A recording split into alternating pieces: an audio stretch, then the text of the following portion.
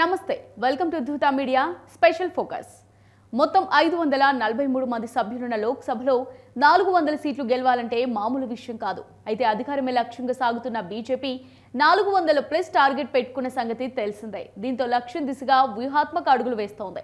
దీనిలో భాగంగానే operation south చేపట్టింది. 5 దక్షిణ భారతంలో ఎలాగైనా అత్యధిక స్థానాలు గెలవాలని నిర్ణయించుకుంది. ఈ టార్గెట్ చేరుకోవడానికి ప్రధాని మోదీనే ఏకంగా రంగంలోకి దింపింది.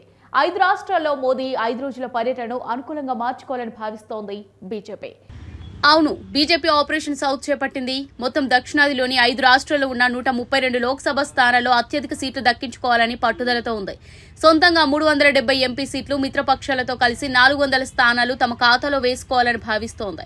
వాస్తవానికి ప్రస్తుతం దక్షిణాదిలో బీజేపీ బలం కేవలం 29 స్థానాలు మాత్రమే. రానున్న ఎన్నికల్లో కనీసం 80 సీట్లు గెలిస్తే కానీ కమలం పెద్దలు అనుకున్న టార్గెట్ చేరుకోలేరు. అందుకే బలంగా ఉన్న కర్ణాటక, తెలంగాణ రాష్ట్రాలతో పాటు కూటముల సాయంతో ఏపీ, తమిళనాడు, కేరళ రాష్ట్రాలలో భారీ స్థాయిలో విజయం సాధించాలని ప్రణాళికలు రచిస్తోంది.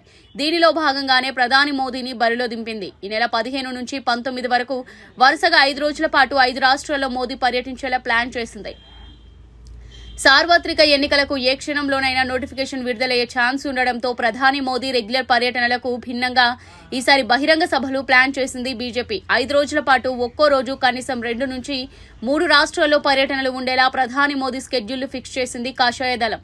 15వ తేదీన తమిళనాడులో అడుగు పెట్టడం ద్వారా దక్షిణ భారత పర్యటనకు శ్రీకారం చుట్టనున్నారు మోదీ. ఆ రోజు తమిళనాడులో సేలంతో పాటు పక్కనే ఉన్న కేరళలోని పాలక్కాడ్లో కూడా పర్యటిస్తారు మోదీ. ఆ నెక్స్ట్ డే అంటే 16న తమిళనాడులోని కన్యాకుమారి, ఏపీలోని విశాఖపట్నం, తెలంగాణలోని జహీరాబాద్ లో పర్యటిస్తారు మోదీ. అంటే ఒకే రోజులో 3 రాష్ట్రాల్లో సుడిగాలి పర్యటనలు చేయనున్నారు ప్రధాని.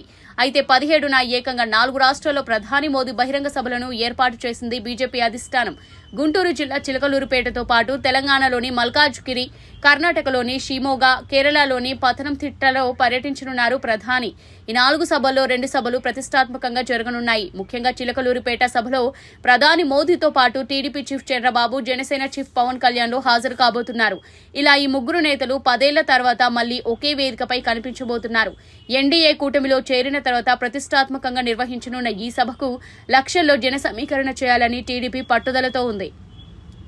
సభ ద్వారా ప్రజల్లోకి మరింత బలంగా వెళ్లాలని భావిస్తున్నాయి పొత్తు పార్టీలు టీడీపీ, జనసేన, బీజేపీలు. ఇక 4వ రోజైన 18వ తేదీన బీదర్, కోయంబత్తూరులో మోదీ పర్యటిస్తారు. 19న ధార్వాడ, నాగర్ కర్నూల్లో ప్రధాని సభలను ఏర్పాటు చేసింది బీజేపీ. మొత్తం 5 రోజుల పాటు నిర్వహించే ఈ సభల ద్వారా దక్షిణ భారత్ పై ఫుల్ ఫోకస్ చేయాలని నిర్ణయించిందనే చెప్పాలి.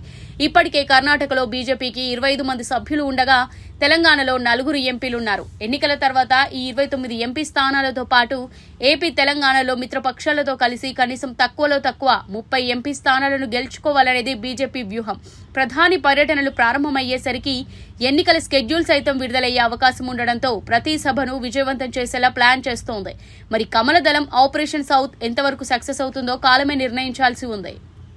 ఇది వాళ్ళ స్పెషల్ ఫోకస్. మరో స్పెషల్ ఫోకస్ తో మళ్ళీ కలుద్దాం. Keep watching Dhootha media.